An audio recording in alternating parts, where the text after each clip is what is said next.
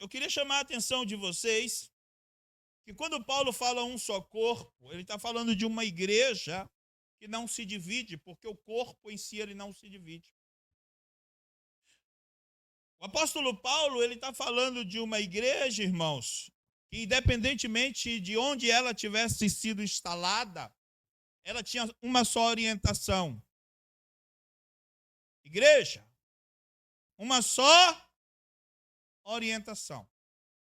Eu queria chamar a sua atenção que lá por meio de Atos, Atos 15, se não me engano, teve uma divergência. Eu queria que você prestasse atenção nisso aqui. Teve uma divergência na igreja. Que divergência foi essa, pastor? Chegou um pessoal pregando a circuncisão. E o apóstolo Paulo, ele pega ali aquela instrução e ele vem para a igreja em Jerusalém. Para quê, pastor? Une os anciões da igreja em Jerusalém. Espera aí, mas Paulo não foi chamado a pregar aos gentios? Mas a igreja tinha apenas uma orientação. Não duas, não três, não 10. A igreja tinha apenas uma orientação. Então o apóstolo Paulo, ele vem para Jerusalém, ali se reúne os anciões, Pedro e os outros apóstolos, e toma uma decisão. Essa decisão que eles tomaram valeria para toda a igreja de Cristo em todos os lugares que tivesse. O apóstolo Paulo sai dali agora com uma carta, uma decisão da igreja apostólica, e essa decisão valeria em qualquer lugar que a igreja tivesse instalada. Irmãos, eu não estou falando de placas ministeriais de nome de igreja. Eu estou falando da igreja de Corintos, porque ela era instalada na cidade de Corinto. Estou falando da igreja de Gálatas, porque ela era instalada na cidade de... Eu estou falando da igreja de Efésios, porque ela era instalada na cidade de Efésios. Não eram placas, não eram nomenclaturas e induções humanas. Era uma igreja única, com uma orientação única. O evangelho de Cristo vivo. E a indivisibilidade da igreja não é em cultura, não é em pensamentos, não é em concepções humanas, ela é em palavra de Deus. A Bíblia, ela deve nos unir como igreja. E se a Bíblia não nos unir como igreja, Jesus, ele não é o centro dessa igreja. E o que é que o senhor está querendo dizer com isso, pastor? Eu já fui muito questionado. O pastor Robson, ele se afasta. Tem que entender que a igreja tem que viver em comunhão.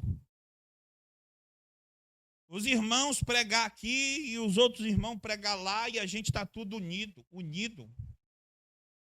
A gente se une onde? A gente se une em quê? O que é que nos une? Quem é que nos une, igreja? Cristo. E se Cristo não está sendo pregado em um determinado lugar, temos nós comunhão? Se a gente tiver comunhão, é na carne.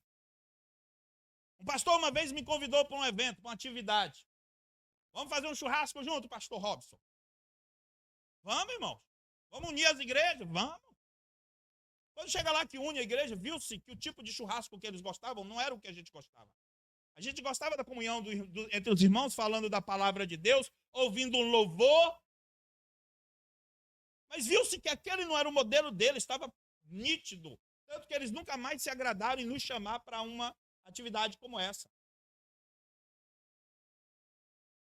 Um tempo depois, eu encontro o segundo pastor da igreja no mercado comprando cerveja.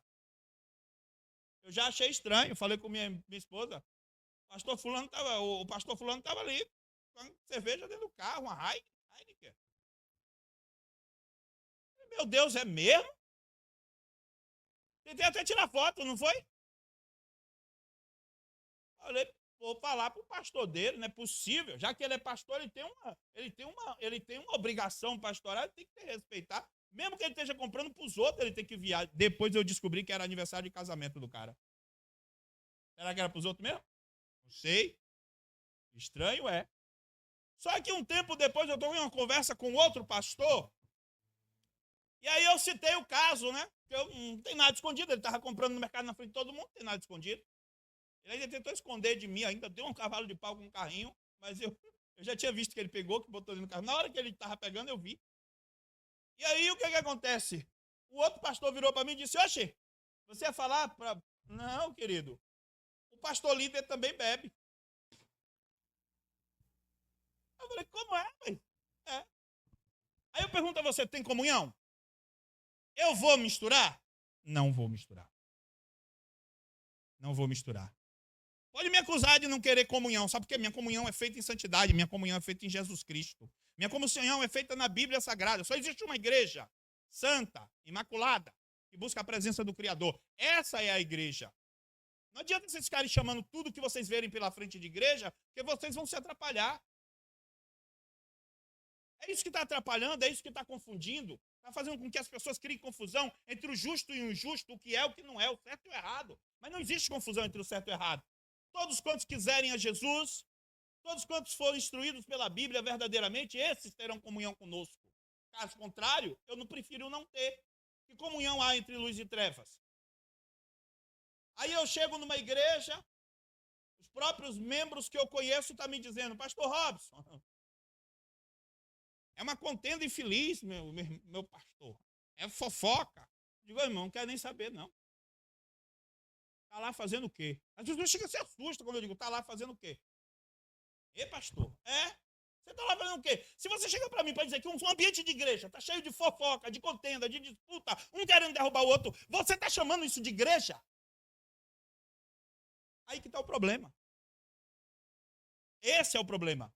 E aí chega para mim e diz assim, comunhão, pastor Robson, seus irmãos têm que andar em comunhão. Qual comunhão? Essa de vocês? Qual comunhão vocês têm entre vocês lá dentro da estrutura que vocês chamam de igreja?